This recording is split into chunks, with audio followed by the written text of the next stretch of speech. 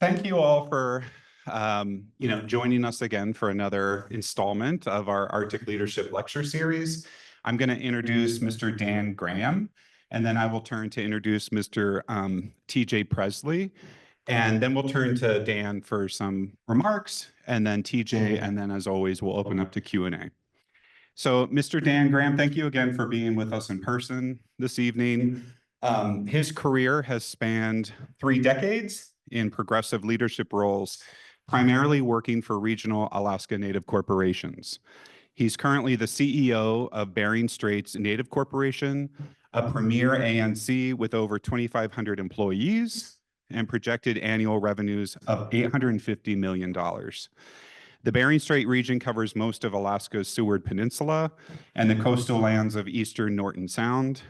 The region encompasses 23,000 square miles with 570 miles of coastline along the Bering Sea, Norton Sound, and the Chukchi Sea.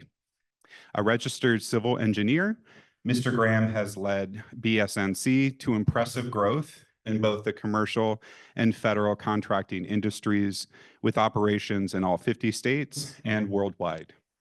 His technical expertise, combined with his ability to lead large teams, has provided him with numerous opportunities to deliver meaningful services and support to their 8,200 shareholders. You can't see him right now, but TJ Presley is online. I'm going to introduce him just so we can go right from Dan to TJ. TJ Presley serves as ARA's. ARA is the ANCSA Regional Association. So the ARA's Vice President, Government Affairs. He joined ARA as Director of Government Affairs in July 2023, bringing more than a decade of public service and dedication to Alaska issues to the organization. He served in the Alaska legislature for 10 years, starting out as an intern with the University of Alaska Anchorage Legislative Internship Program. Throughout his legislative career, TJ served in both chambers and for several legislators in leadership positions, including as an aide to Senate Minority Leader Berta Gardner and Speaker of the House Bryce Edgman. TJ also served as an advisor at the Alaska Department of Natural Resources, Division of Oil and Gas, as the Deputy Director of the Alaska Redistricting Board, and as campaign manager for Bill Walker's 2022 gubernatorial campaign. In addition, he worked as a strategic advisor to the Alaska Federation of Natives Navigator Program and as Congressional Affairs Liaison for the U.S. Department of Interior, Bureau of Safety and Environmental Enforcement. TJ holds a bachelor's degree in political science, woohoo, but from the University of Alaska Anchorage, not UAF. We'll forgive you for that, TJ. And an MBA in finance from Alaska Pacific University.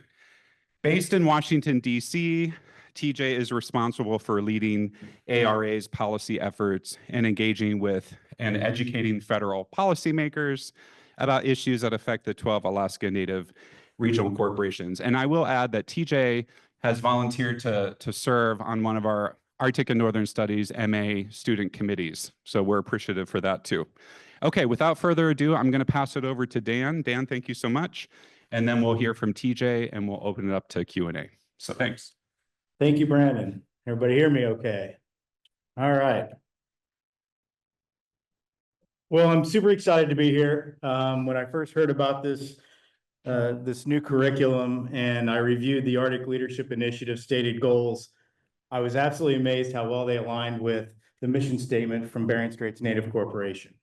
The stated goals of supporting the indigenous communities, addressing climate change, and responsibly pursuing economic opportunities align very much with our mission statement, which is to improve the quality of life of our people through economic development while protecting our land and preserving our culture and heritage.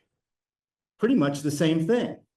And it's a really unique opportunity that I get to come and do this. I'm very excited to be here. At Bering Straits, we start all of our meetings with a safety moment. So quick safety moment for all of you. Brush up on the Heimlich maneuver. You all know what the Heimlich maneuver is? I was in the unfortunate situation where I had to use it. And it was at my parents' 50th wedding anniversary dinner. and my mother started choking. And I don't know how, but I remembered the Heimlich maneuver. And so it's right above the navel. You make one hand and you go up into the abdomen. You're not trying to break ribs. You're trying to use the abdomen and punch out the food that's stuck, right? Well, it worked great. And we were able to, after lots of drama, get back to our dinner. So the life you saved may be mine. Please brush up on the Heimlich maneuver. Anyway, that's our safety moment. I've been asked to talk to 5 questions. I'll go through them, and then I hope to have time to answer any questions you might have. In regards to my personal and professional trajectory that led to my role, 30 years ago, following an upbringing in the Midwest and college on the East Coast, I loaded up with a buddy and we drove to Alaska. Freshly out of civil engineering school, got up here, couldn't find jobs. Had a brief gutter hanging career that didn't work out because of my fear of heights. But I did finally land a job with a large engineering company and started working primarily under contracts for the federal government. That led me to an opportunity 2 years later, after traveling all around the state and working on job sites from the southeast to Utqiagvik to on the Aleutians. I had an opportunity to move out to Adak Island on the Aleutians and spent a few years on Adak as it transitioned from a Navy base to private ownership under one of the Alaska regional corporations. And that was quite an experience. You learn a lot when you live in remote Alaska, and I think it's an experience that I will always be very thankful for. Brief history of Alaska regional corporations. TJ, someone that I work with as very much as he represents a lot of our interests. There are 12 Alaska regional corporations. They were formed in 1972 following the passing of ANCSA. Those 12 regional corporations are basically how the state is distributed up geographically. And all of the original people from those different regions became shareholders in the regional corporations. We have 8,200 shareholders now with our company. It started out with 6,600. Through gifting shares, it has grown. And we are also contemplating opening up a vote of the shareholders to see if they would consider opening a new class of stock in the future for the next round of people born after 1971. So exciting time right now. Our board is really forward-looking, and we're talking about some neat initiatives. There are some things that make leadership in Alaska and the Arctic very unique. Of course, we all know the remoteness, the logistics that it takes to get things done, the fact that some places are only serviced by air and some by water. The size is incredible. If you hear Dan Sullivan speak, he loves to talk about when he went to a senator from Texas and said, you can double your state size and we're still bigger.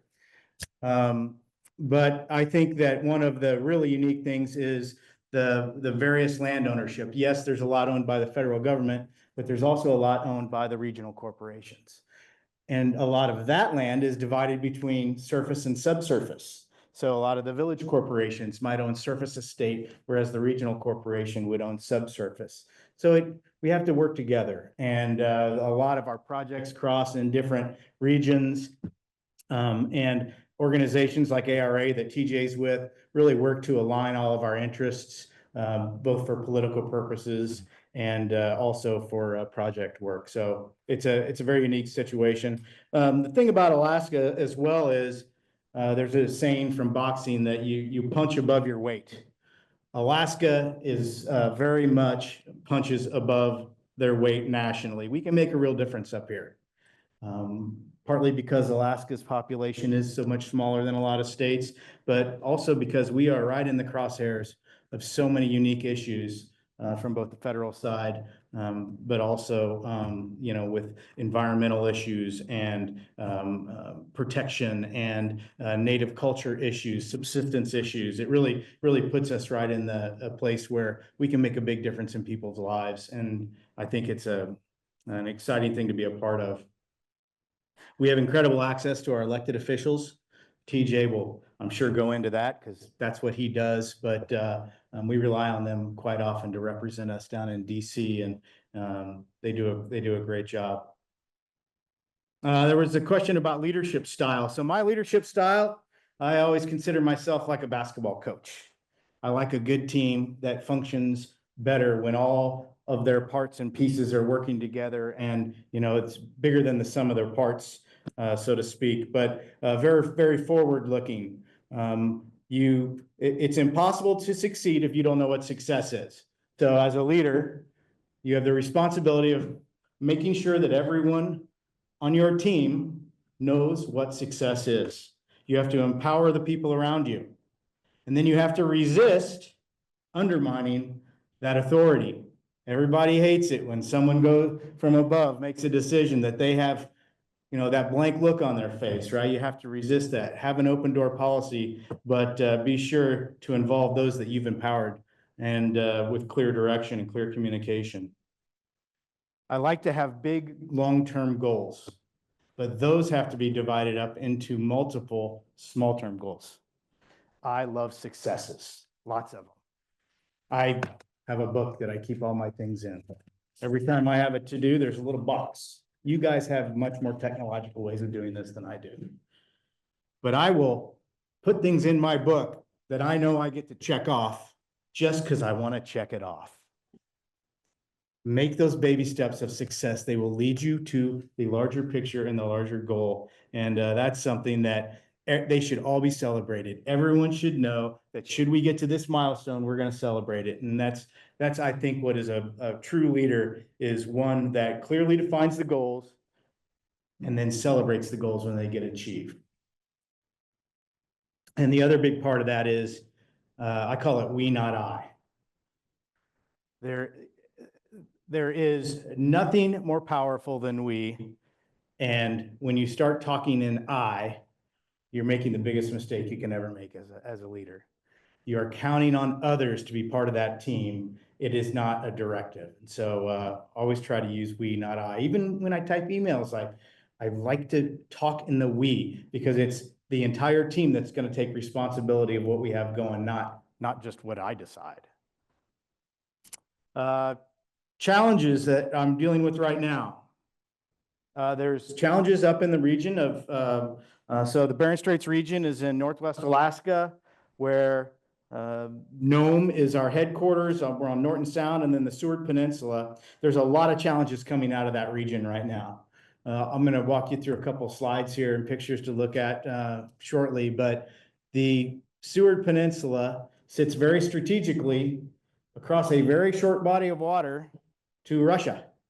And since it is up on the screen, I'll talk to it real quickly. The very tip of the Seward Peninsula, Cape Prince of Wales, that was one of my first jobs. It was in 1996. I did a field job up there. I was in my 20s and got to stand right there and look across at Little Diomede, Big Diomede in mainland Russia. And man, you talk about giving yourself perspective.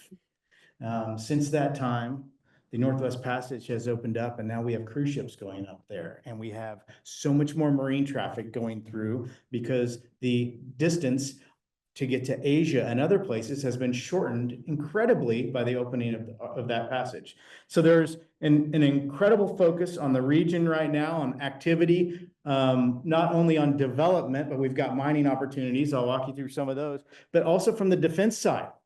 I get calls all the time from the Department of Defense, we have a conference getting ready to happen up there at the end of this month, where NATO is putting together an opportunity to talk about issues in the Arctic, and the difference between European and Alaskan issues specifically to the Arctic. And so when they talk about the issues coming from Russia and China, this is the closest place to it. This is where it's all happening. And so this attaché that's headed up at the end of the month are going to be working on what they call the critical component of NATO's western flank. That's it. That is the western flank of NATO. It's kind of interesting to think about. Corporate-wide, I always have challenges. We have challenges finding talent, right? Recruiting good people. Work from home, right? There's a big challenge. Try to figure out the proper way to do that. You know, I do an awful lot of these Teams calls from all over the country and time zones and all of that. Right now, we have a lot of challenges related to the new administration. We do a lot of federal contracting. That's my background, federal contractor. And things are changing. It's very, very fluid right now. I was talking to one of my mentors over the weekend, and yes, I still have mentors. I think the best thing you could do is find some people you can count on and talk to when you're kind of struggling. I was talking to one of them over the weekend about some of the new emergency orders and how I was trying to position for him and how I was a little worried about him. And he said, Dan, you can only control what you can control. Don't stress about things that you can't control. You can plan on it. You can, prepare for what you're gonna, for new situations, but don't stress on it until it's a reality. You're wasting stress. So something to consider there. And I thought very sound advice.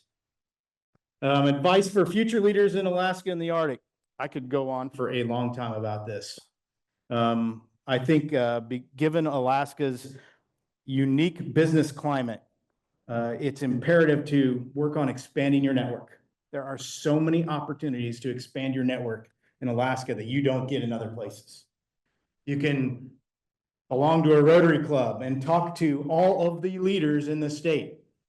There are meetings that you will inevitably run into the people that you get to have lunch with. It is the opportunities that we are granted here in Alaska, and the access is like no other place. Take advantage of it. Learn who the stakeholders are and engage them. And on a personal note, I would say take notes. Notes allow you to go back and think about it and develop your own thoughts on what you learned. I was at a meeting a couple weeks ago. It was a lunch meeting, and we were meeting with another company, and one of my newly promoted members of our executive team was there, and it was a 2.5-hour lunch meeting. Lunch was nothing. It was just like this incredible, we were covering all this ground, and I'm frantically taking notes. And I looked over, and this person didn't have a notebook. And afterwards, we circled up and we're comparing, what we were going to do about all of these different issues and things. And this person came to me and said, that'll be the last time you take more notes than me in a meeting. So it was a very enlightening conversation. And I think nobody's that smart. 2.5 hours worth of issues and to-dos, and if you aren't writing them down, you aren't gonna remember it. So, and then one of my personal ones when it comes to future leaders and suggestions is more formal is better than less formal. The world has gone to text messages, which are a-okay, but if you put it in an email, address the person. Sign with your name. Make sure it's spelled correctly. Man, I mean, it's those little things that I'm an engineer. I can't spell it all, but I try really, really hard because of the way it comes over, right? You got to present yourself as if you know what you're doing, not like they're your buddy and it's a-okay. I'm using I have to Google all of the acronyms. So don't use them in the emails. And then I'll leave you with one of my favorite sayings before I go through the slides here. I think I'm doing okay. One of my favorite sayings is, a plan without action is futile. Action without a plan is fatal. This is no more true than right now in the Arctic and what we're experiencing right now. If we don't properly plan for this, we're going to have big problems on the horizon. The infrastructure won't be able to handle it. There won't be the right people, the right resources in place to handle it. And we will go through a lot of pain and anguish in what could be well thought out and done reasonably well. So we know it's going to be painful. Own it, and we'll plan for it. So anyway, I've got a couple slides. So the first one we just went through, Sarah, if you wouldn't mind going to the next one. I don't know if I have a clicker. There we go. So this is the one where I described the Bering Strait. You can see Cape Prince of Wales, Little Diomede to the left of that, Big Diomede, which is Russian territory. So that's where the two are separated, right? And then mainland Russia. As you move down to the right, you can see Port Clarence there. That is a body of water that is a natural deep water port. That is the furthest north natural deep water port in all of the United States. And Bering Straits has taken over some of that. To the next slide, I've got a picture of Port Clarence. This is the tiny little spit that you just saw there. There was a Coast Guard base, a small outpost. You can kind of see in the background there. There were some buildings there when they used to do a lot of spying on people and the Loran sites and such. But it's a very strategic location, natural, deep water, but it is there is no village directly on Port Clarence. There is Teller and Brevik Mission, two of our village corporations. They are on the eastern end of Port Clarence, but very, very unique place and strategic location. When a big weather event happens, this is where ships go to hang out. I've been there a couple of times. One time the plane left to come back, and all I did was look at that plane leaving and think, man, I sure hope you come back. This is it's really remote out here. The next slide. So this is moving down a little bit on the Seward Peninsula. It shows a couple of the mining opportunities that are happening right now. Lost River Mine, which is north of Port Clarence there. They are very much doing investigative work, looking for rare earth minerals. And they're doing some neat investigations there. Graphite Creek Mine, Graphite One, has been in the news a lot. They are doing work right there to the east of the Immeruk Basin. And then in the Nome area, there was Rock Creek Gold Mine. That gold mine is no longer functioning. Bering Straits actually bought that gold mine and that land, and we successfully performed the reclamation on it and actually won an award from the DNR for closure of that mine. But all that gold's still in the ground. We'll figure out how to get it someday. The next slide shows Graphite One. This was last summer. Their field camp out at the place where I just mentioned near the Immeruk Basin. They were doing an extensive amount of work, and they are expected to publish their feasibility study very shortly. So we're waiting to see how that came out. The next slide shows the Graphite One location and how close it is to the Immeruk Basin. So just another reason why the environmental concerns are such a big issue when you have waterways and, salmon runs and other things that near to what might be a producing mine someday. That graphite is really interesting. If you have a rock of graphite and you pick it up, it's super light, number one, but it's just, it's pencil lead. It just gets all over you. It's amazing stuff. And it's littered all over the ground out here. It's a truly amazing resource, and we've backed their project and hope that it works out for them. They abut the Bering Straits native land, and so they've worked with us incredibly about assuring subsistence isn't impacted by our shareholders, and that they do things responsibly. So we've been working with them very extensively. The next slide shows the Port of Nome as it is right now. There's a cruise ship in the back. Yeah, I've seen it. There's cruise ships coming through more and more in Nome.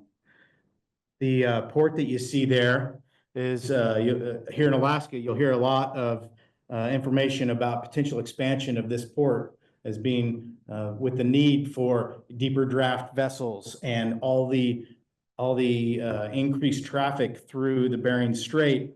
And so the next slide shows you Corps of Engineers rendering of what they are envisioning as a potential expansion of that port. It's significant. You can imagine the amount of rock and resources it would take to do that, and would allow for cruise ships and other vessels, all except for the largest aircraft carriers, would be able to harbor in the Port of Nome. And for a community of the size of Nome, which 3,000 to 5,000 people, it's a huge project that is very much on our radar, and we are doing everything we can to make sure that things are moving along not only in the right direction, but with the consideration of the cultural impacts and all of the effort that it will take and the resources that it'll take to try to do it right and not impact the folks of Nome and all of the things that they do. The next slide shows a picture of our rock quarry. The Bering Straits Native Corporation owns a hard rock quarry about 12 miles south of Nome or east of Nome. There's a picture of it where we produce a lot of the big armor rock, that like what you saw on the picture previous. This has been absolutely critical in the last few years due to global warming, seawater rising, shorelines being degraded. And so we have been producing an awful lot of big rock and shipping it around due to large weather events, which you'll see on the next slide. This is a slide about Typhoon Merbok, you might remember a couple years ago. The first one on the left is water running down the front street in Nome. And that's normally not how it looks. It was quite interesting to see the surge that came in from that. The middle picture is one of our villages, Gullivan, and it got completely flooded. And the third picture there is a little plug for Alaska Industrial Hardware, owned by Bering Straits Native Corporation. Great. We love to service Fairbanks. Go shop there. It's great.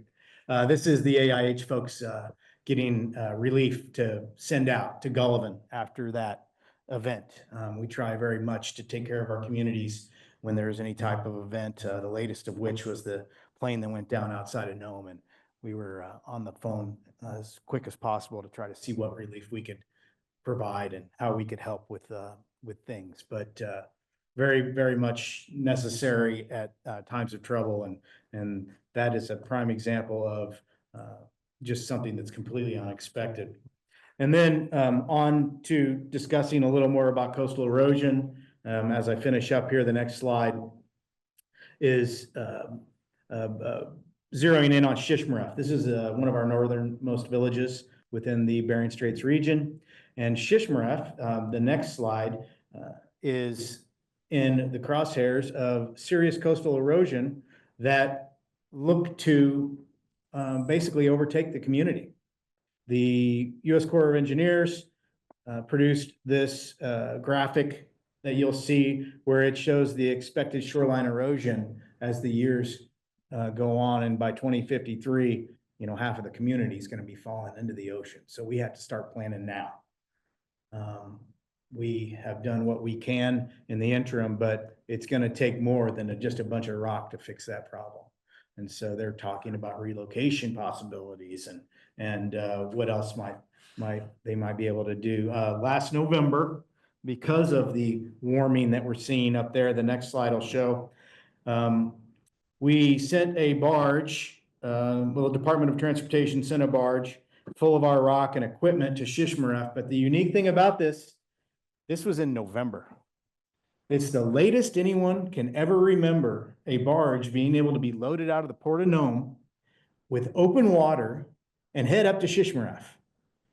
Some of my board members who were the original board members in 1971 said, this is the latest a barge has ever left the Port of Nome. So it's happening. The next picture and the last picture that I'll leave you with is from the same barge load, but it's a little hard to see, but I'll describe it because this is so Alaskan. You've got a barge load of rock with heavy equipment and a haul truck hauling that rock off. But in the background, there's a boat sitting out on the, to the right there, there's a boat sitting out there high and dry. Then there is a four-wheeler, a truck, and a snow machine. This is how they got received by Shishmaref in November. They snow machined out to watch the rock get trucked to help preserve their shore. But what interesting times, you can see the ice, the water icing up right there around the barge. So November 10th, I believe we hit the shore there, and it's really unprecedented and very unique. So with that, I'm happy to be able to come talk to you all. I will pass it over to TJ, but I'll stick around if anybody has any questions for me after. Thank you. Thank you guys for having me. I'm TJ. I'm the Vice President of Government Affairs for the AKST Regional Association, or ARA. You'll hear me reference that a lot. Like Dan, I want to thank you guys for having me. It's a huge honor to be able to come back and talk to where I went to school, and share my thoughts and how I got where I am, and also a little bit about ARA. So ARA, or AKST Regional Association's mission, on paper, is to promote and foster continued growth and economic strength of our Alaska Native regional corporations for the benefit of Alaska Native shareholders and communities.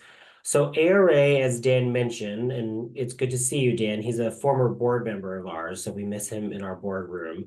ARA represents the 12 Alaska Native regional corporations that were established under ANCSA. And our board is made up of the presidents and CEOs of the regional corporations. And I work in Washington, D.C. to carry out our policy priorities at both the federal and state level. Many of us here, I'm sure, are very familiar, but we never like to assume. The quickest review, and I'll get into it a little later, is ANCs are a term that encompasses both our village and regional corporations. So there's 12 regional corporations and about 176 village corporations, separate and independent entities. But when we talk about our ANCs, we're referencing both of those entities. ANC is formed by ANCSA, and the regional corporations are represented by our trade organization, ARA, and the village corporations have their own trade organization, ANVCA, that represents the village corporations. We'll get into a little discussion about ANCs further down the line, but let's go to the next slide. Yeah, like Dan, I was asked to address 5 questions. So the first question had to do with my own personal and professional trajectory and how I ended up representing the 12 regional corporations in Washington, D.C. So I assumed some of the folks online and or in the room were also students, like I was at one point at UAA or UA. And so I had a bit of an unorthodox path to arriving at what my job is. I did not finish high school, interestingly enough. I left high school at a young age, just due to some life circumstances, and ended up charting a course on my own. I was working at a coffee shop for many years and working nights at a bar, bartending, and didn't end up going to college until I was an adult student in my mid-20s. So I moved up to Alaska out of high school in that mid-20s range, and went to UAA because it had an open enrollment policy. And it was the only college that would take, a high school dropout at that point.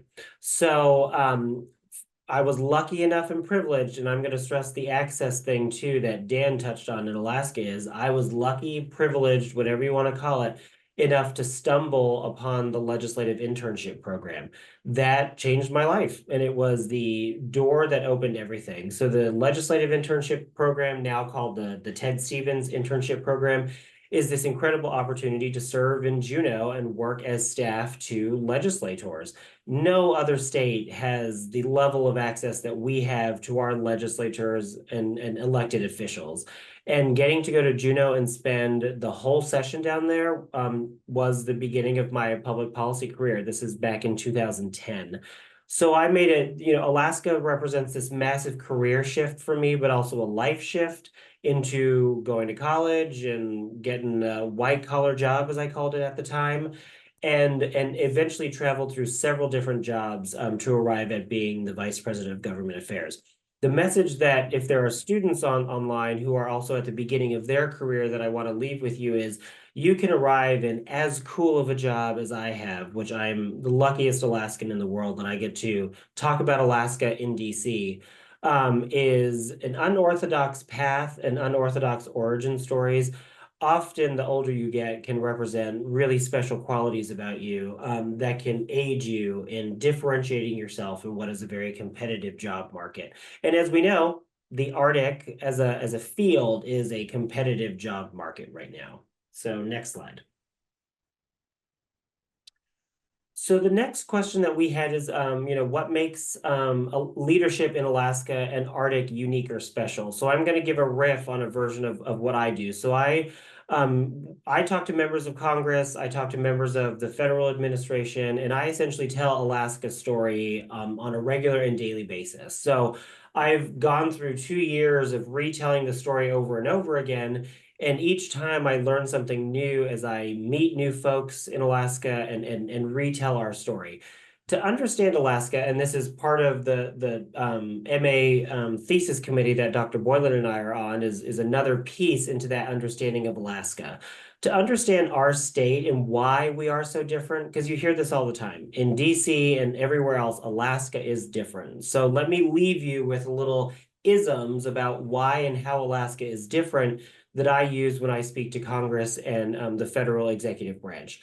Alaska is different largely because Congress designed us differently, and that's partially due to the prevailing themes at the time that were happening in the 60s and 70s. The 60s and 70s were a very tumultuous social, cultural, and political time that the events of the time were on Congress's mind when they designed us. First and foremost, we in Alaska have a constitution and a statehood act that reserves the mineral rights to the state in common. So you, me, and all of us, well, not me anymore, because I don't get a PFD anymore, but up until last year when I got my last one, we all own the minerals in common in Alaska. So if you dig up oil in your backyard, you don't own it. This we take for granted in Alaska, but at the time in 1959, when we became a state, was one of the most unique things that Congress had ever done in designing a state. The third bullet on there, you see a unique model of self-determination. And this is where I'll focus on ANCs for a minute. Alaska Native policy or federal Indian policy as it relates to Alaska, however you describe it, is radically different from federal Indian policy in the lower 48. That's primarily due to ANCs, Alaska Native Corporations, and their land ownership structure. So the lower 48 is largely made up of a reservation system. Alaska Native leaders, when they went to DC in the mid to late 60s as oil is being discovered, they rejected a reservation system and said, we don't want that in Alaska. We want to own our land, fee simple title, and we want to have not a system whereby we put our land into trust. When you have a reservation in the lower 48, you put your land into trust. The vehicle for land ownership in Alaska for native lands are the ANCs, Alaska Native Corporations, who own native lands instead of tribes. Tribes in Alaska did not get federal recognition until 1994. So the path of how federal Indian policy in Alaska developed was radically different than the lower 48. You'll hear in Native policy discussions of the era of self-determination, and this is what we live in currently, is Congress makes laws that respects, by and large, there are exceptions, that respects the sovereignty and nation-to-nation status that tribal governments have. ANCs in Alaska are a critical part of that era of self-determination being created by ANCSA, the Alaska Native Claims Settlement Act. In many ways, ANCSA is Congress's first attempt to usher in the era of self-determination, which officially begins 4 years after ANCSA's passage in 1974 with the Indian Self-Determination Education and Assistance Act passing.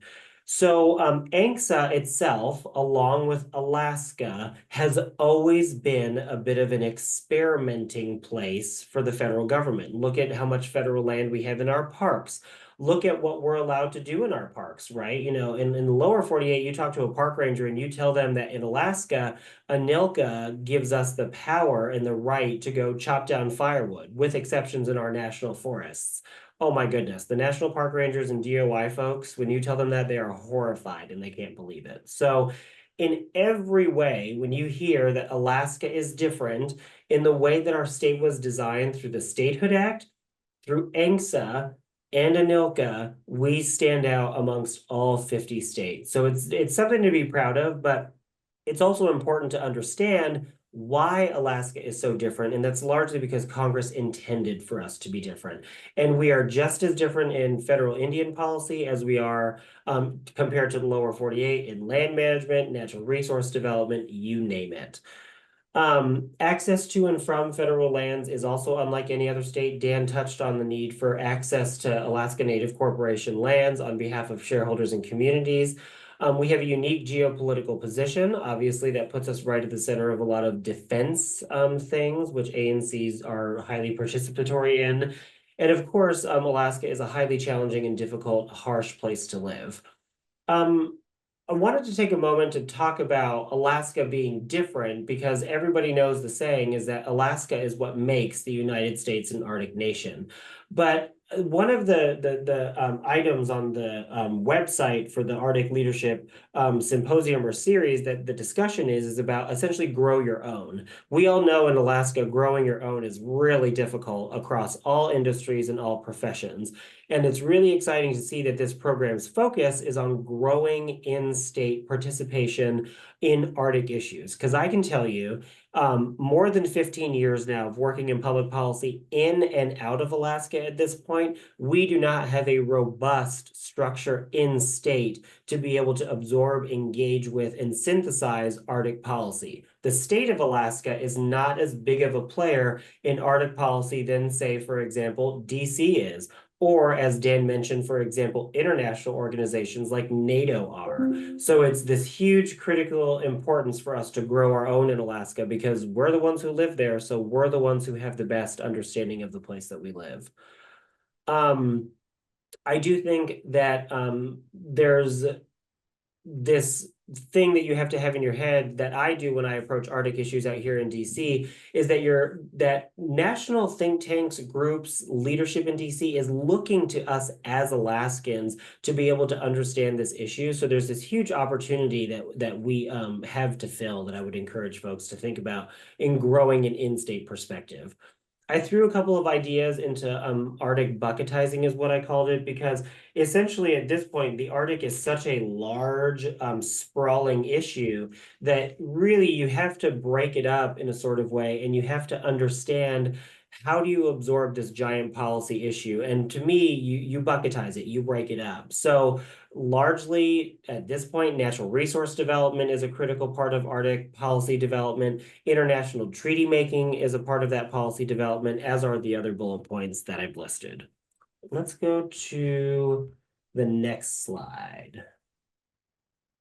Yeah, before I talk about challenges and opportunities, just like the briefest moment on leadership style, I work in politics, I work in public policy, I work in a field where we are expected to influence the outcome of policy changes for the benefit of Alaska Native corporations. So my leadership style, and I think this applies whether you're a boss of people or not a boss of people, I really approach a lot of the work that we do in Alaska with a lot of humility. I'm extremely humble. I don't have an ego. It's a huge privilege to be able to be trusted with the goals of Alaska Native corporations. It's a huge privilege to be able to be trusted by Alaska and generally to be able to represent and tell our story in DC. So I really, really, really don't have an ego about things, and I try to remain humble, which I think is good for life in general. I'm easy to work with, and I know that sounds like a little bit self-aware, but thinking about these questions, being easy to work with, at least in politics and certainly in policy development, is a really important factor. You can barrel your way through things and you can certainly be a bull in a china shop, but in my experience, being easy to work with and being cognizant of being easy to work with is going to open up a lot more doors and opportunities. And certainly, again, working in politics where we're trying to influence the outcome of policy, that does matter. I share and I give credit where it's due. I think this is so very important, is that being a good member of a team, to me, includes a quality of being a good team member and being a good leader. The qualities of being a good leader feed into being the qualities of being a good team member. And if you can do one, you should be able to appreciate the other and do both. A large part of this is sharing credit and giving credit where it's due.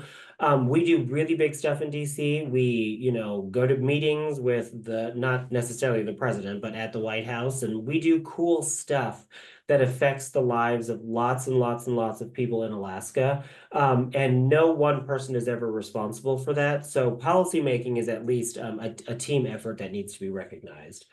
I'm also very open to being wrong. I really do not shy away from being wrong. I don't shy away from being told that I can do something better.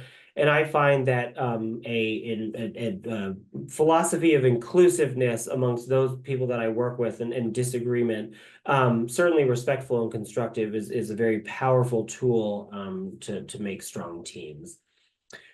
So bringing us back to the slide again, I didn't have a slide for what my leadership qualities were. This question is, as a leader in your field, what challenges are you trying to address right now? So I'll just quickly zoom through the challenges that I see, both as, you know, the representative of the 12 regional corporations in DC, but also as an Alaskan living in DC who now has, you know, a bit of a different perspective looking back at my home state. So classification and status of Native Americans, Dan touched on it. This is really, really important. The most immediate effect right now is the 8A program. For those who don't know, the 8A program is what grants Alaska Native corporations what's called a government contracting preference. So Alaska Native corporations are some of the premier and efficient, highly specialized, highly sophisticated government contractors. We have employees in all 50 states, something like 47 countries. You could go on and on about the government contracting expertise that ANCs bring to the table. That program, as a function of being a part of that program, being a tribal-like organization as ANCs, because tribes also get the same benefit, that is all under the umbrella of the 8A program, which has some level of being targeted by the DEI initiatives. So for those who don't know, this is a legal distinction, but being Native is not a racial or ethnic classification in the same way that, for example, being Black or Hispanic or Asian is a racial and ethnic category. The classification of tribal members is a political classification. Tribal members derive their status from being members of a tribe. So it's not something that you are ethnically or racially driven by. It is a nation, a tribal nation, that gives status to members of those tribes. In Alaska, ANCs are included in some parts of that definition by virtue of our government contracting preference and some of the program's benefits and services that we deliver. That's a mouthful, and imagine trying to explain the distinction that Alaska Natives and Native Americans are not a racial or ethnic classification. They are a political classification codified under the United States Constitution to policymakers in DC. Not always the easiest thing in the world. So one of the big challenges before us right now is defending not only the 8A program and our participation in it, but also Alaska Native corporations are big deliverers of programs, benefits, and services to Alaska Native shareholders.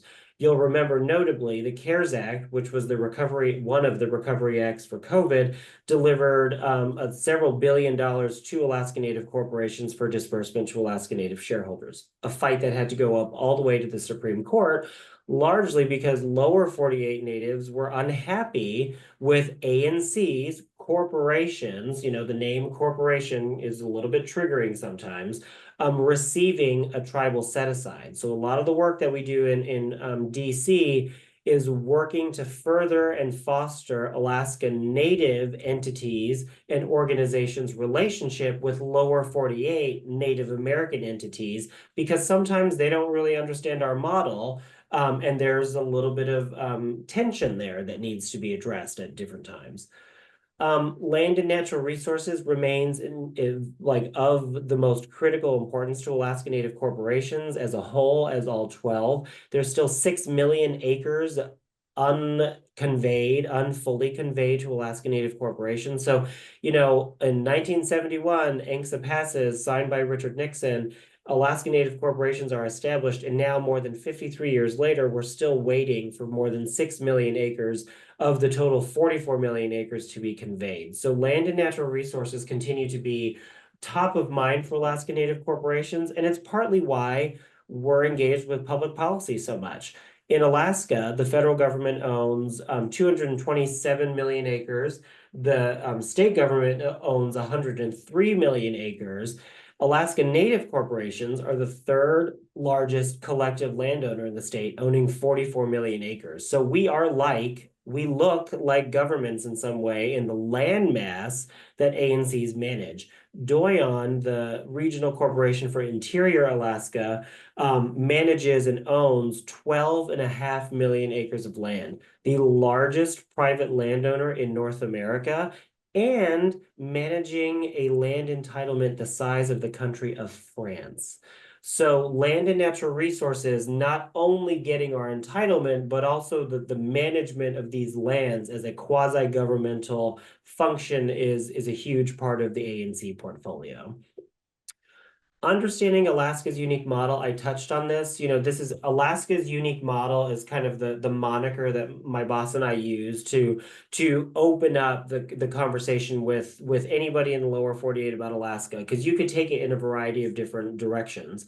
For us, a lot of what we work on is, I mentioned working with Congress and federal agencies to understand we are different because you designed us different. So when you pass programs, benefits, and services for Alaska, you have to take that into account. One example of that is Alaska Native corporations as the landowners, as opposed to tribes being the landowners, because in the lower 48, tribes own the land. In Alaska, our tribes, 229 federally recognized tribes, do not own the land. Native corporations own that land. Well, that means that we have to be involved as it relates to land management decisions when the federal government, for example, does a large project, Pebble Mine, Donlin Mine, any of the projects that affect land on a big scale. Well, you have to, by law, consult as a federal agency with Alaska Native corporations when you're making decisions that affect Native land in Alaska. This is not well known to policymakers in the lower 48, who by and large are used to dealing with the tribal system and the system of tribes delivering benefits and services and not having ANCs come in there as well. So there's one path where we have to educate policymakers because the things that they do don't work in Alaska or need to be modified to work in Alaska. And then secondarily, we also have a strategy where we engage lower 48 tribes as well to clear up some of the misunderstanding about Alaska's unique model within the larger federal Indian policy canon that exists in the United States and includes Native Hawaiians, Alaska Natives, and Native Americans in the lower 48. I mentioned tribal consultation on major projects. ANCs by law are required to be consulted on the same basis as tribes due to our land owning status and several other congressional intents in designing ANCs. One of the really big challenges that we're dealing with as a state more generally right now is the long-term political impacts to Alaska and the Arctic with the passing of Ted Stevens and Don Young.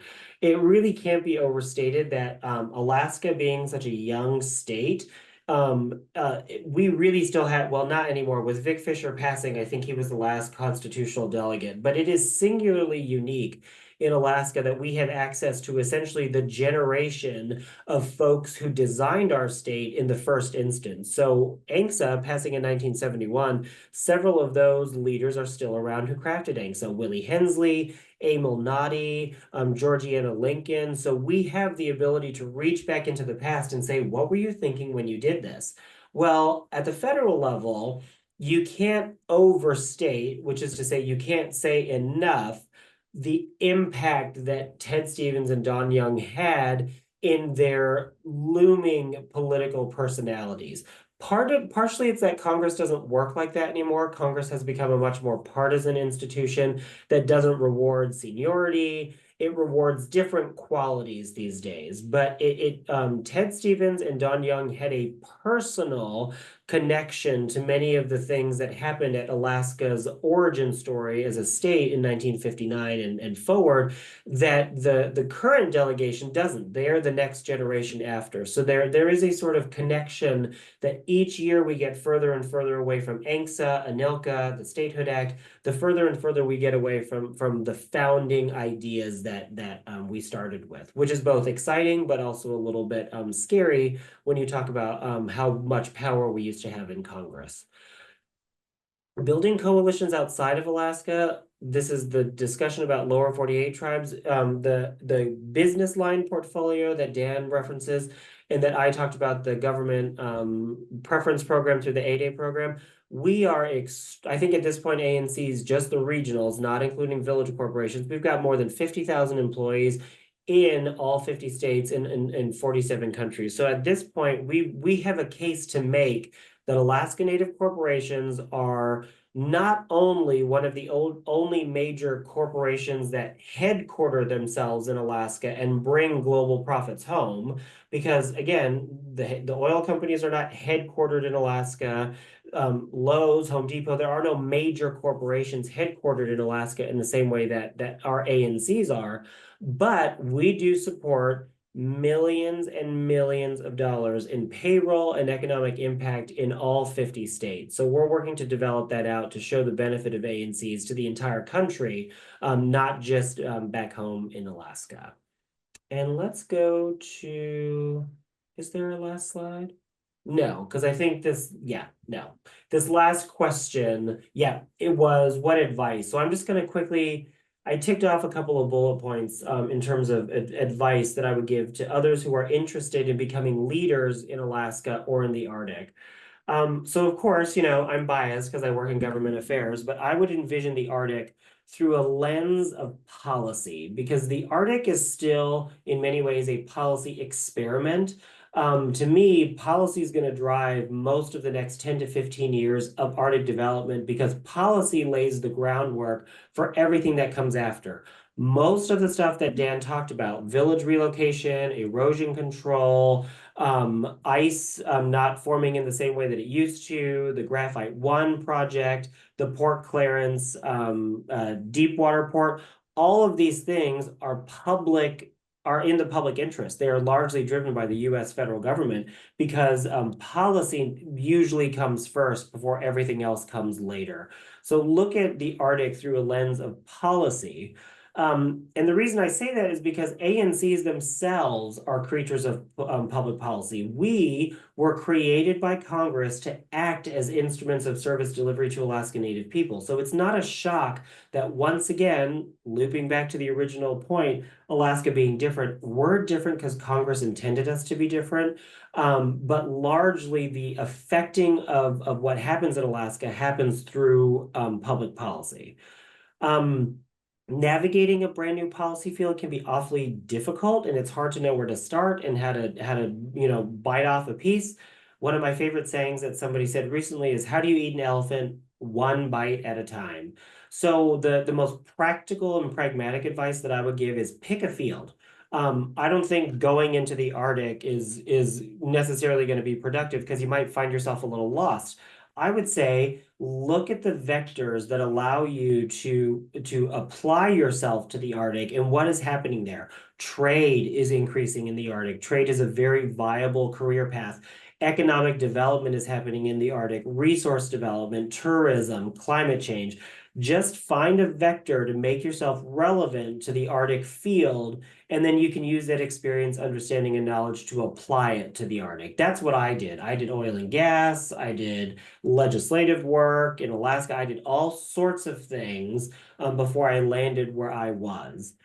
Dan stressed the importance of networks. He's right. The access that we have in Alaska is unprecedented. Go to the Resource Development Council breakfast. Go to the Alaska Mining Association. Go to the Alaska Center for the Environment's annual meeting. Look up these networks and create networks. So one thing I was thinking about is the Arctic being such a difficult policy field. I do think there needs to be not just a mindset of going to find networks. I also think, unfortunately, y'all being in this new policy field, you have to create the network. So you have to create this because, like I said, leaders in DC are looking to us as Alaskans to do this, and there is not a lot of engagement at the in-state level. The legislature itself barely plays in Arctic policy at all, which is insane. It's mostly a DC federal policy field.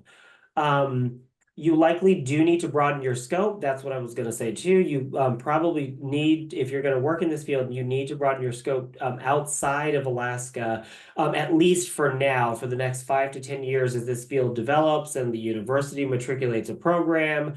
The Department of Defense grows their thing, which I'll mention in a minute. But at this point, if you're going to do Arctic stuff, be prepared to broaden your network and your scope to outside of the state because you're going to need to have a larger perspective. Know who's working in the field. I was looking at your steering committee, and it's funny, I wrote this list of know who's working in the field off the top of my head, and what do you know? It's like most of the people on your steering committee. So the Ted Stevens Arctic Security Center is this new thingy that has popped up. The Ted Stevens Center was around, but the Ted Stevens Arctic Security Center is the Department of Defense's like main vehicle for developing defense Arctic things. So get involved with that group. They're always looking for more people to be involved. University of Alaska, naturally. Rachel Colander at Arctic Encounters, which is the big Arctic policy conference. She's on your steering committee. And of course, the Port Arctic Council, which is in such dire straits right now, but hopefully one day will become, come back to life. Reach out to people. You'd be surprised. Like Mike Sfraga, diplomat to the Arctic. Some of these high level people, you'd be surprised if you take a leap and you reach out to them. A lot of people like to share their expertise, so don't be afraid to reach out to people you admire, and take a risk and say, hey, would you be willing to talk to me and just have a conversation with me? Work with legislators and public policymakers to create in-state programs to develop the Alaska Arctic perspective. So like I said, very happy to see that as a goal of this program more generally, because we have got to grow our own, or we're going to get taken out by a whole bunch of think tank people in DC who all think they know Alaska, but they never do. And we all know that story. There's a huge opportunity for Alaskans to be experts on the Arctic, but it does take a critical mass to get there, of which there currently is not yet there. So I'm very excited to speak to this group and deliver that message and let you know that I am a resource to you in DC as an Alaskan, as somebody who works on not only larger, broader Alaska issues, but also specifically on anything related to our Alaska Native corporations. And with that, I think that wraps up my comments. And I think I timed that just to 30 minutes. I didn't do that on purpose, but I think I landed right on time. Thank you so much, TJ. Let's give TJ a round of applause, please. Thank you both to TJ and Dan for your excellent talks tonight. I really appreciate you sharing your perspectives on leadership and kind of weaving them into the stories of your representative organizations. So that was really great. Okay, so we will turn to Q&A. Both are willing to field questions from people here in the auditorium and online. Anyone here in the auditorium that wants to go first? So this can go to both of you guys. First of all, thank you very much for joining us today. Where do you find that your leadership qualities came from? So were they inspired from a person, an event, just develop over time, self-taught? What's, I guess, the origin story of your skills? TJ, you want me to go? You go first, Dan. Okay. You're not born with any of that stuff, right? You got to learn all of that. And I think that part of it's might be upbringing, fairness, and always trying to achieve fairness kind of leads you to leadership. I had 2 siblings, and we were all the same age. And I can cut anything into 3 equal portions because if you cut, you choose last, right? And so I think that things that, from your upbringing, but also, as you, move through your career, it's imperative to pay special attention and reflect on what you appreciated about people you worked with and for, and what you really didn't appreciate, and use that knowledge to make sure you don't make the same mistakes. You can fall into those traps really, really easy because that's, what you've seen, but it doesn't have to be that way, right? You are in control of you. And so you have to develop your own leadership style, but you'll know if it works. People will come up and be very happy and thankful for the guidance that you've given, for sharing their successes with them. So, you know, once you figure out when something works, you just continue to expand on that. I was going to echo one of your comments too and say, yeah, a good way of identifying if you have a good leadership style is if nobody's telling you do, then you probably don't, because people appreciate good leaders so much that you will find that if you are a good leader, people come out of the woodwork and they will tell you that you are a good leader. Dan's absolutely right about that. So if you're not hearing it, then maybe you need to correct something, course correct. But you know what's funny is leadership qualities, the more and more, the older I get and the further along I go, I used to be really embarrassed of, you know, I ran a McDonald's when I started McDonald's when I was 15. I became a shift manager when I was 16. By 19, I was running my own McDonald's, and I was like proudest I'd ever been in my entire life. Went to Hamburger University. And a lot of the way that I treat people, as crazy as it sounds, was definitely like grown in that service industry environment. And you know, you don't get treated very well, as I'm sure all of you can imagine, in food service. So I think a lot of my very humane qualities, which I think that a lot of what you heard me say is like treat people well, give credit, share credit, don't have an ego. Let other people kind of like, you know, get in front of you every once in a little while. Don't be so ready to tear other people down to promote yourself. These sorts of like basic ideas, as quaint as it might sound, a lot of that I've carried with me from McDonald's and Starbucks days. And certainly the judgment, the knowing when to say and how to say it, and all that sort of stuff, that comes later in your career with time. Whoever asked the question, I heard you mention, maybe it's just time. A lot of it is just steeping in it. But some of your foundational qualities, figure out what they are and hang on to them, and invest in them, and trust that the rest will come over time, I think. Again, thank you both so much for your comments. As you both were talking, I was thinking, okay, so Dan, President and CEO of Bering, Straits Corporation, and TJ, you're with ARA. You oversee a lot of people and a lot of sort of subgroups within your organizations, right? How do you lead through conflict, right? There's conflicting interests within your organizations. You must be like putting out fires all the time, dealing with challenges. Do you have a go-to sort of strategy to lead through? And I think too, TJ, right? You were an advisor to AFN, and AFN notoriously had organizational conflict. And so how do you address this? Mm-hmm. There's always conflict, right? Mm-hmm. And that's part of being a good leader, is figuring out how to get to where you need to be. I think that one of the best ways to start out is to get everybody on board with what the goal is. So you know there's conflict, you know there's differing points of view. Let's talk about what we have in common and make sure that we're all aligned on where we need to be at the end.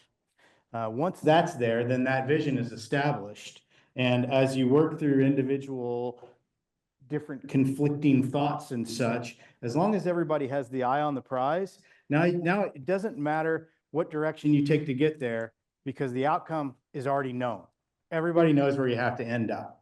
So, you know, there's something to be said for relying on others, for you got to hear people out. And then everybody's different, right? Some people just blab, blab, blab, and then they're good. They just needed to get it off their chest, right? And other people, you know, will hold in and wait until the very end and say the most profound thing you've ever heard. Everybody needs to have their voice. You got to give them all their time, and you have to make sure that that person who's going to say the profound thing at the very end gets to speak at the very end, right? And so get it all out there, work towards a common goal, and then utilize the other people that you trust in the room. Everybody that has skin in the game needs to be able to be part of that decision. And so when you come out of the room, everybody needs to be aligned.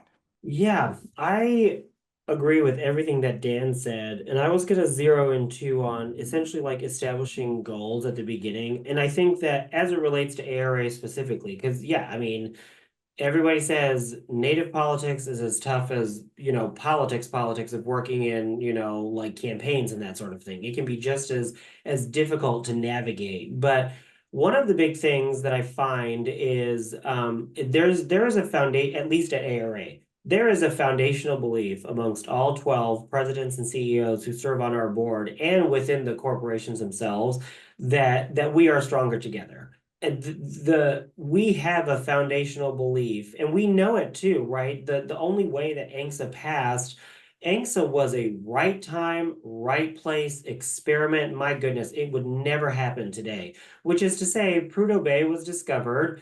The United States was in an oil crisis. We discovered the largest field in North America. We had to get the oil down to market, and you had to pass a lot of native land claims. Well, thank goodness AFN was there at the time when AFN formed, because if it hadn't been for the united voices of AFN, and let's be honest, I don't know if everybody knows the story, but ANCSA was not a unanimous agreement amongst all of the Alaska Native regions either.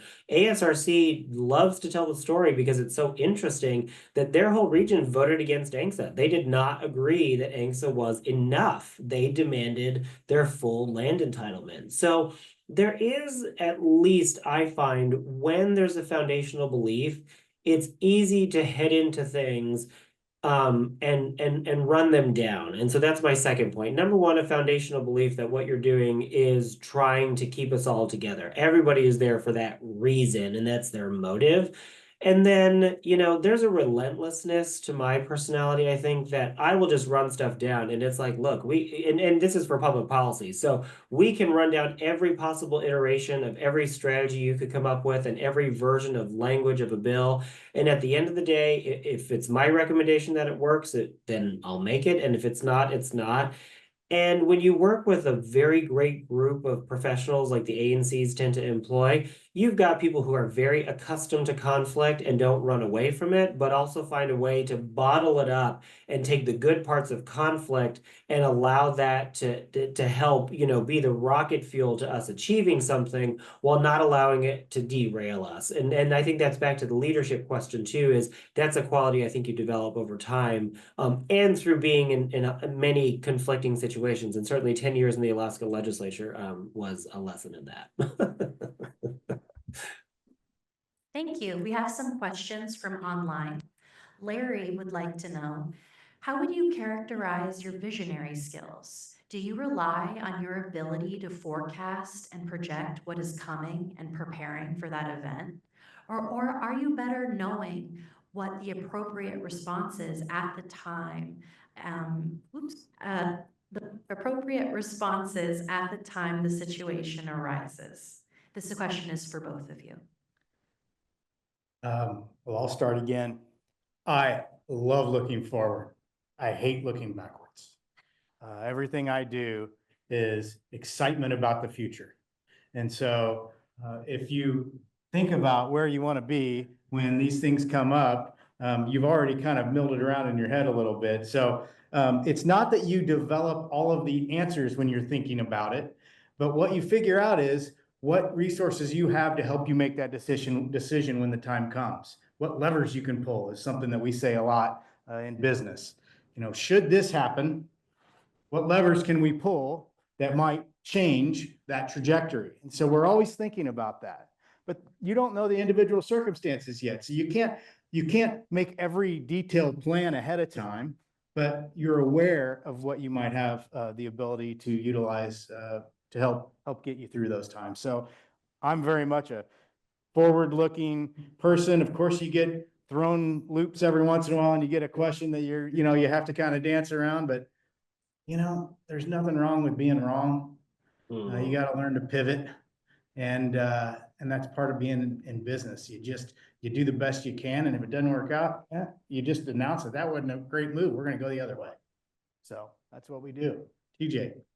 Yeah, I wrote down like pragmatic versus visionary, and I don't think they're necessarily mutually exclusive, because I agree with Dan's point is, as a matter of my personal personality, I'm very pragmatic. I can get very into the weeds about tinkering with things and making plans down to the nth degree.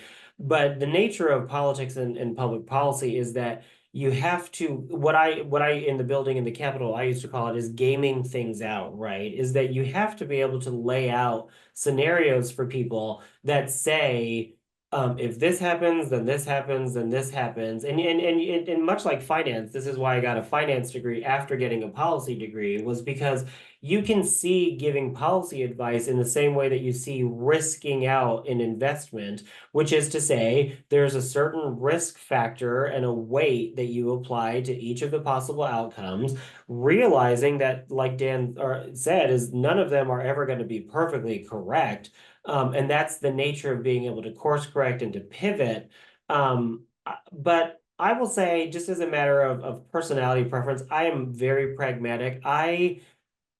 I used to think I was a very big idea person, but I think what I like to do at this point is I like to let and this is why I'm staffed to legislators. I've worked for 6 legislators. I largely work behind powerful policymakers and or boards because I like to take visions and implement them. And that's probably just a nature of being staff for so many years, is I like to implement and improve upon visions that truly visionary people have, but probably just a part of my personality.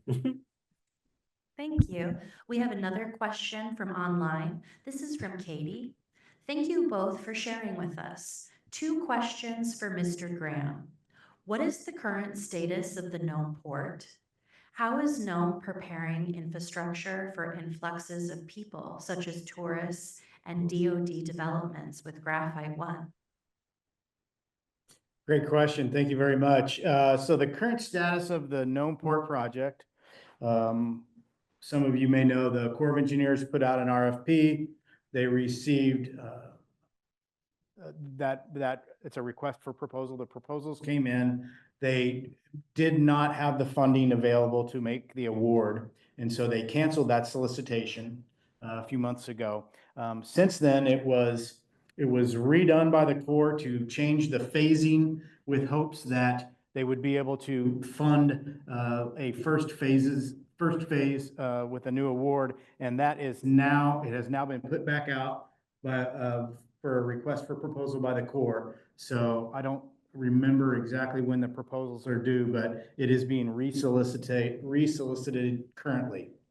And as far as what Nome's doing to prepare, you know what?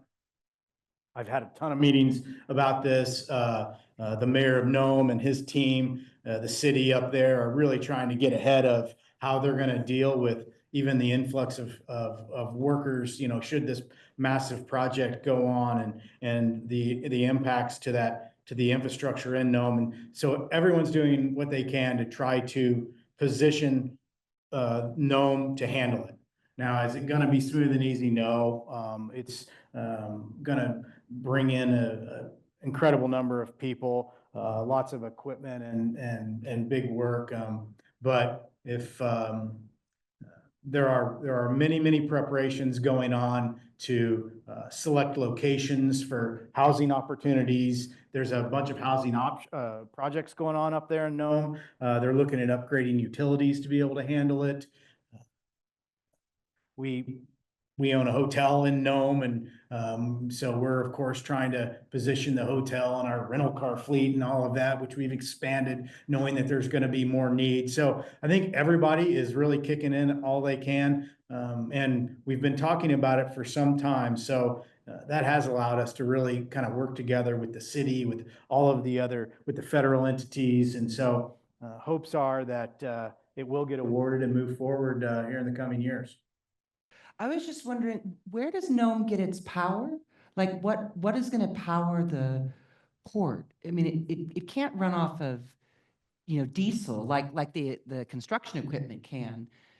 I just don't know. I'm frankly, I actually don't know. So what is going to be the power source for the port to turn on the lights and keep everything No, going? it will be hooked to the grid in Nome, which is diesel power. So it's all diesel on diesel. That's my understanding. Okay, I just wasn't sure. Thank you. Yeah. We have another question from online from Bernice. This is for both of you. I would assume you both have worked with Alaska Native Indigenous leaders. What qualities or approaches have you seen that make them particularly effective in navigating political challenges? Are there leadership styles or strategies that stand out to you as especially impactful? Additionally, in your view, how have religious beliefs, whether indigenous spiritual traditions or introduced religions, influenced political movements, governance, or policy decisions? And how do these dynamics continue to evolve today? So one of my mentors is someone that TJ brought up, who was instrumental in the passing of AKST in 1971. His name is Emil Nadi. And I had the great experience of being able to work with Emil for a number of years and picked his brain as much as I possibly could. He was one of the true founding fathers of getting that legislation passed through. And, you know, it was a time back in 1971 when the Native community, you know, corporations hadn't been formed. They were really trying to figure out how to integrate their whole lives into these new corporations and what it would look like. And the one thing that I noticed about his leadership style was, and still is, he's very soft-spoken, but every word he says, you just hang on, right? He's just one of these people that he will never be the loudest one in the room, but boy, you listen to him when he talks. And true visionary, he and Willie Hensley and all of the other people who are supporting them. And that culture continues on to this day. Many of the Native culture involves, you know, not being boisterous and yelling. You don't speak to people's backs. There are cultural things that come through that carry into business that we conduct every day. And so it's something that we try to be sensitive to, appreciate their values, both on the cultural side from, you know, subsistence living and others, but on into how their religion and how they were brought up very much comes through in our boardroom. You know, we start every board meeting with a prayer and feel that that guidance is very much important in the Alaska Native leadership. Yeah, really good question. I was taking notes. You know, I thought the question was really interesting in discussing like certain traits and qualities, and I'm in a unique perspective because I work at the intersection of Alaska Native and Native American policy. So I do get to see differences, and in a sort of way, I think the way I would answer it is almost by telling a story of what I've observed. So another one of the members of the steering committee of this program is Bryce Edgman, and it was mentioned at the beginning that I've worked for Bryce, first Alaska Native Speaker of the House, and, you know, highly influential legislator over many, many years in the Alaska State Legislature. So not only did I work for Bryce, but also there in Juneau, there's what's called the Bush Caucus. And if you look back going more than 40, 50 years, probably actually predating ANCSA, and everything for me comes back to the legislature. Probably I'll be 65 years old and still talking about it. But essentially the Bush Caucus is what swings power in the legislature. So folks may or may not realize it, but in Alaska, we do coalition government better than anybody else does. And when I moved to DC, I thought coalition government, which is to say Democrats and Republicans working together, I thought there had to be other places that did that, and certainly not in DC, and turns out nowhere else in the country. So in Alaska, it has always been the case, at least since the 80s, that either the House or the Senate has been made up of a governing body at one point or another that included Democrats and Republicans. That is largely a deal that has always been driven in the background by where the Bush Caucus goes. And the Bush Caucus is the legislators who make up the rural districts in Alaska. At this point, it largely is the 4 coastal districts up into the North Slope. So Aleutians, Bristol Bay, Chilista region, Northwest, and North Slope. At various times has that included an interior legislator, and at various times has it included a southeast legislator. But by and large, the Bush Caucus swings the center of power in the legislature, and the political parties shift around that center of gravity. you have to think about how powerful political parties are nationally and just in general. And the fact that essentially political parties come second to the decisions that a group of Alaska Native leaders and legislators make is pretty incredible. So Bryce and the crew that he leads in the House are Bryce is the speaker again. His caucus is running the show in the House again. In the Senate, Lyman Hoffman, legislator, senator from Bethel, has always been the power broker. And you know what? When you ask the Bush caucus, you say, well, what drives the decision to caucus with Republicans sometimes and sometimes with Democrats and then to mix? And what they'll tell you is you deliver benefits and results for my district, and I'll back you up. We don't have to talk about all this other stuff and all this noise. And like Dan said, there's certainly a very humble, quiet nature to Alaska Native culture that is not in your face. And that is reflected in the legislature over many, many years in Juneau. The other things I'll say too, ANCs are meant to be culture bearers too, right? 7I, 7J, this provision in ANCSA where we share revenues amongst each other, you would never hear. So 70% of natural resource revenue that's generated by one regional corporation has to be shared with all other 11 regional corporations. These are meant to be manifestations of Alaska Native values. Can you imagine if you told Apple to go and share 70% of its revenue with its competitors for all intents and purposes? So even the ANCs are also supposed to be a reflection of Alaska Native values. And to the question about whether or not those values are reflected through the board members that we work with or through any number of people at ANCs, yeah, you see it come through at the board in all sorts of varieties because the presidents and CEOs take their charge very seriously to that the ANCs are supposed to be culture bearers in addition to the work they do. So I have two questions. I'm wondering, how do you guys deal with imposter syndrome? For example, for Dan, you were an outsider and now you came to Alaska and now you're the head of this, you're a CEO of a Native corporation. And then for TJ, although you're from Alaska, but now you're an outsider, you're in DC. How do you build, I guess, like your sense of belonging? Like I still belong to Alaska. And then my second question is, how do you feel with your leadership style? How does your gender impact it? Has it made you more successful or not? Is there any barriers? I think that coming in and working for an Alaska Native corporation makes that easier than any other instance because once you learn the history and the culture that these people have had for years and generations, it's absolutely exciting to be part of advancing that group of shareholders and allowing them opportunities that they otherwise wouldn't have. We have villages in our region that 3/4 of the people are below the poverty level still, that don't have running water. And so you can make a big difference by increasing dividends to those people, by offering scholarships to the next generation. We have interns that come into our office from our shareholder base. I think 3 or 4 of them are here at UAF. And it is just so wonderful to see this next generation of folks coming from the shareholder base and know the impact that you're going to help give them the tools to go back and make tremendous value for these villages, for the people that are back in the region. And so I think that having that feeling towards that culture makes it just so much easier to be accepted and to feel confident in helping represent them and helping them with decision-making in their best interest. So, yeah, sense of belonging in Alaska.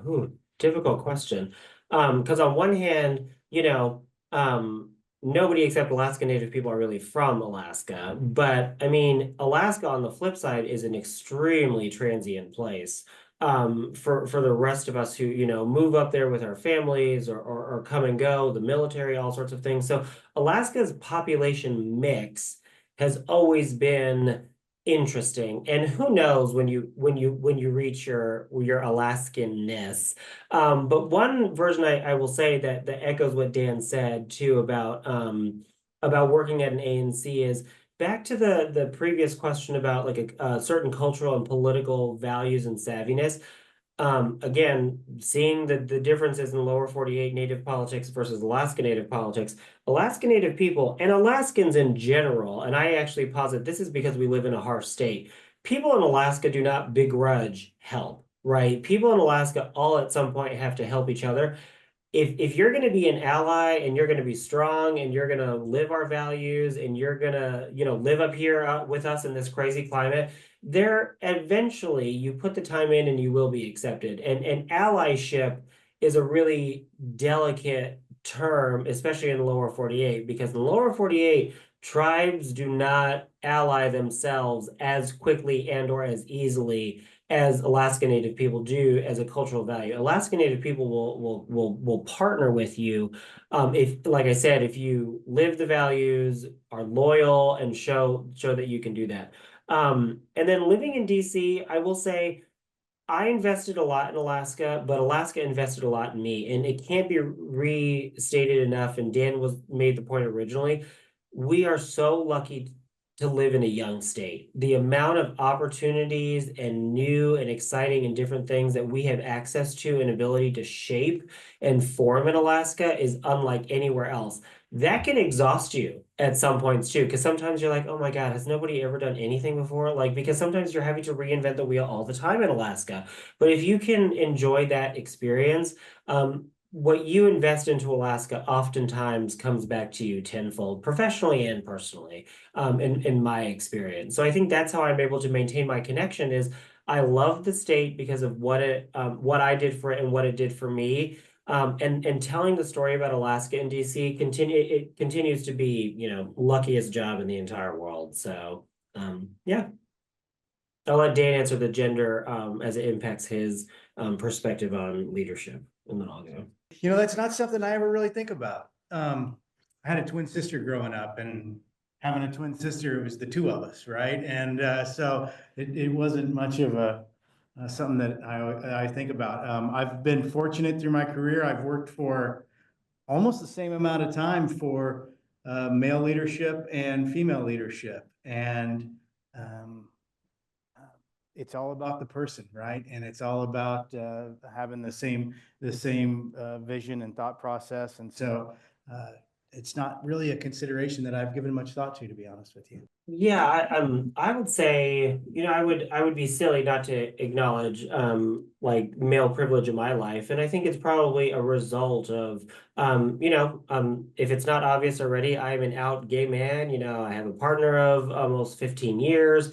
We met in Alaska. And so I think certainly your experience, your lived experience influences your outward perspective on life. So for me, I'm definitely aware that without a doubt, opportunities and the way that I have been able to travel through life has been shaped by the fact that I am a man. I am white presenting. I am from El Paso, Texas. My family is from Mexico, from also pre-Spanish contact as well. But so I'm white presenting. I'm gay. I live in DC where it's just an absolute melting pot, and you're surrounded by a very patriarchal kind of like institution, which is Congress.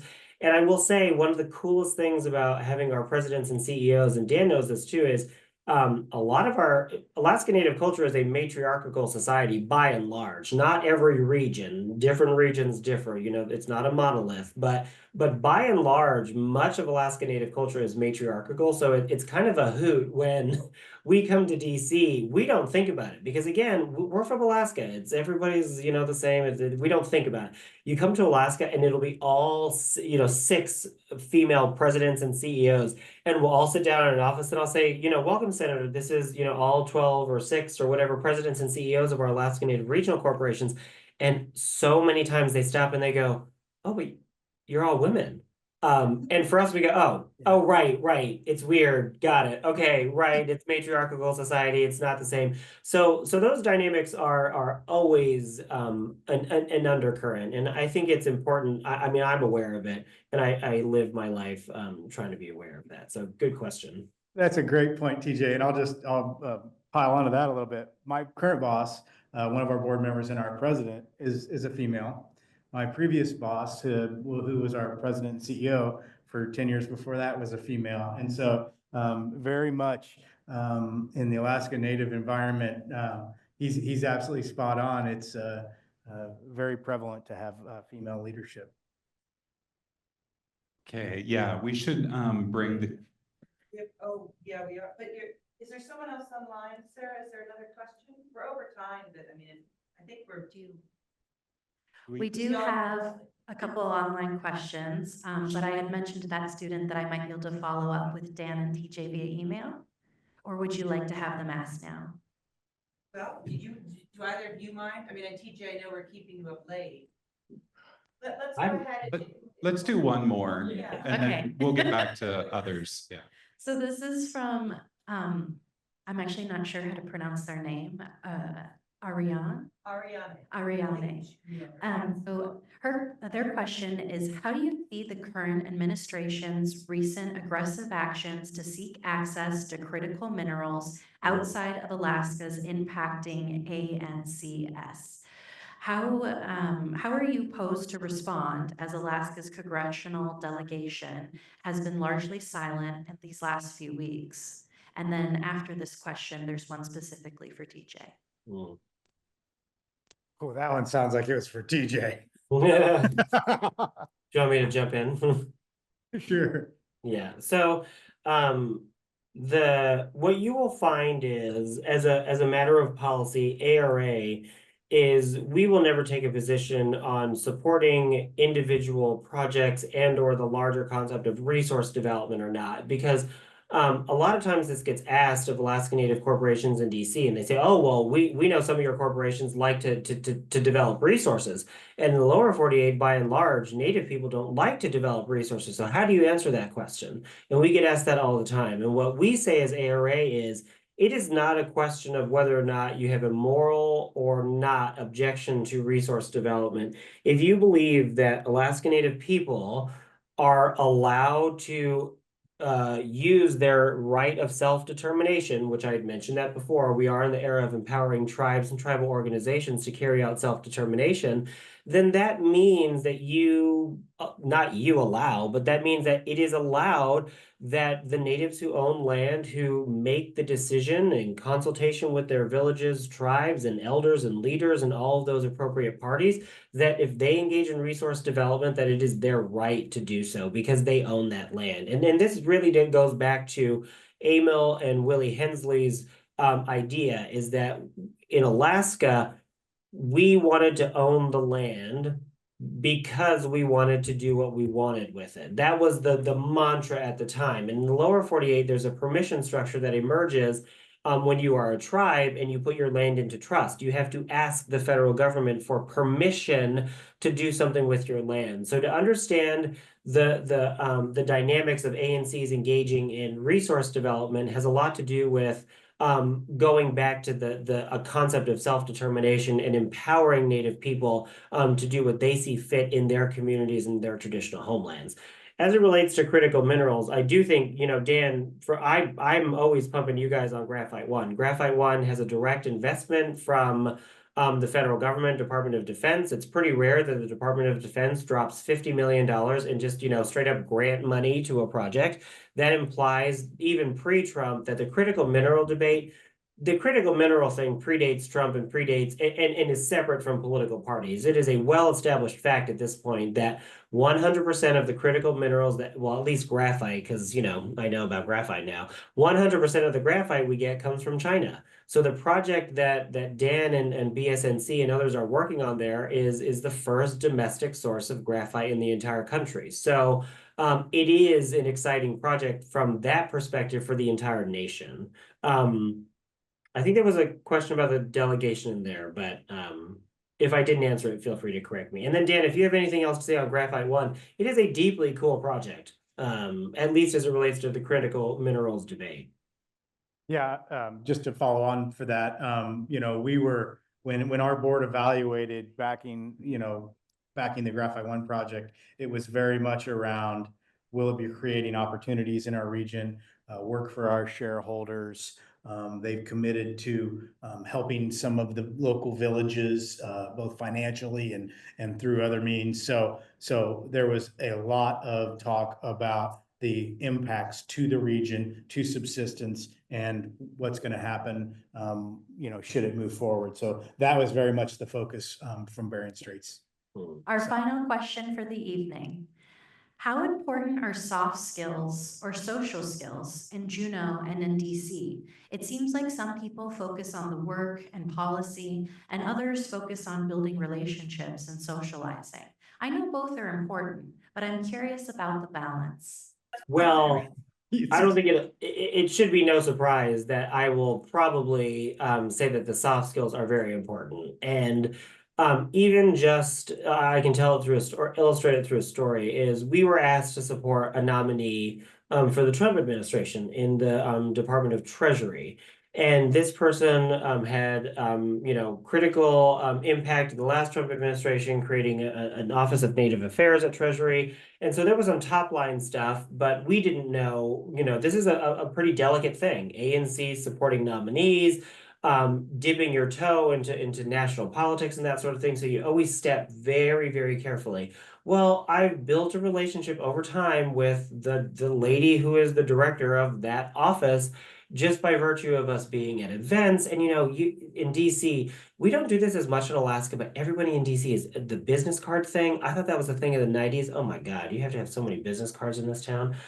Because it is so prevalent in DC to just strike up a conversation with somebody, say where you work, and form a relationship. The only reason I know the intel that I do about how we're going to react to engage on whether or not we're going to support this nominee is purely based on scuttlebutt. And everybody, I have a portion of my meeting called the Scuttlebutt Corner, because that's what we use in politics and in policy to grease the wheels, as it were. So you're certainly not going to get access to that sort of information and that sort of knowledge unless you're willing to put in the work. And people know if you're being authentic, right? Humans have this unbelievable ability to determine if you're being authentic or not.